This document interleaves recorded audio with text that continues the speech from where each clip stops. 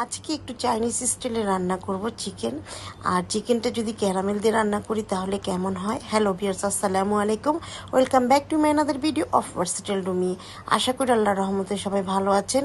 এখানে একটা চিকেনের দুইটা চেস্টের অংশ নিয়ে নিয়েছি, একটু বড় বড় পিস করে নিয়েছি। এরপর আদা রসুনের পেস্ট দিয়ে দিচ্ছি 1 টেবিল চামচ করে, আর 1 টেবিল চামচ দিয়ে দিচ্ছি কালো গোলমরিচের গুঁড়া, লবণ দিয়ে দিচ্ছি স্বাদ অনুযায়ী, আর একটা ডিম নিয়েছি।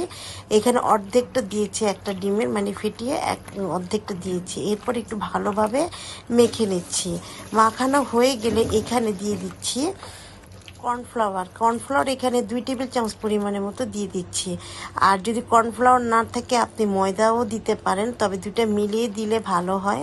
তো আমি একটাই দিয়েছি কর্নফ্লাওয়ার। এরপর একটু ভালোভাবে মিশিয়ে সাথে সাথে করে ভাজতে যাব। তো একটা এপিট ওপিট করে সুন্দর করে ভেজে নিচ্ছি। এই রেসিপিটি তৈরি করে দেখবেন একদিন হলেও রাইসের সাথে কিন্তু বেশ ভালো লাগে।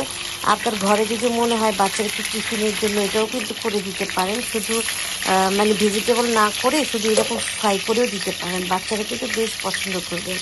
এরপর সুন্দর একটি কালার যখন এসে পড়বে তখন নামিয়ে ফেলছি।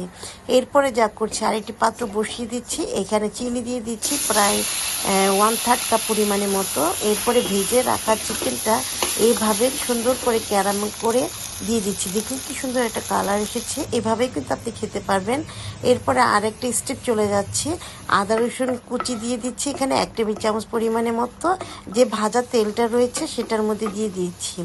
এরপর এখানে 3টা পেঁয়াজ একটু মানে চাইনিজ স্টাইলে কেটে নিয়েছি। তো এইভাবে কেটে নেওয়ার পরে হালকা যখন ভাজা হয়ে যাবে ক্যাপসিকাম দিয়ে দিচ্ছি 2 রকমের। আপনি আপনার পছন্দ অনুযায়ী কালার মেনটেন করে দিতে পারেন। এরপরে দিয়ে দিচ্ছি লবণ, তারপরে দিয়ে দিচ্ছি টমেটো সস এখানে 2 টেবিল চামচ পরিমাণের মতো, সয়া সস দিয়ে দিচ্ছি 1 চা চামচের মতো, আর দিয়ে দিচ্ছি মরিচের গুঁড়া 1/2 চা চামচের মতো, আর সুইট সস আর কি সুইট চিলি সস দিয়ে দিচ্ছি 1 টেবিল চামচ পরিমাণের মতো।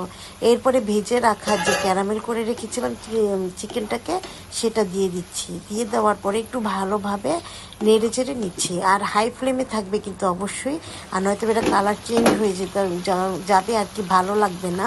এরপরে 2 টেবিল চামচ পরিমাণের মতো কর্নফ্লাওয়ার গুলিয়ে তারপরে দিয়ে দিচ্ছি। আর চুলাটা অবশ্যই হাই ফ্লেমে থাকবে। এপাশ ওপাশ করে একটু নেড়ে চেড়ে দিচ্ছি আর ঢাকনা দিয়ে ঢেকে দিচ্ছি। ঘন একটা মানে কনসিস্টেন্সি যখন এরকম পর্যায়ে আসবে তখন ঢাকনাটা তুলে নিচ্ছি। আর এখানে কিন্তু কাঁচামরিচ দিয়ে দিচ্ছি, এভাবে ছিটিয়ে নিয়েছি যেহেতু এখন নামানোর সময় হয়ে গিয়েছে। আর এটা খেতে এতটাই টেস্টি হয়েছে ভিউয়ার্স, কি আর বলবো। আমার ভিডিওটিতে অবশ্যই লাইক কমেন্ট শেয়ার করুন আর সাবস্ক্রাইব করে আমার পাশে থাকুন। ধন্যবাদ।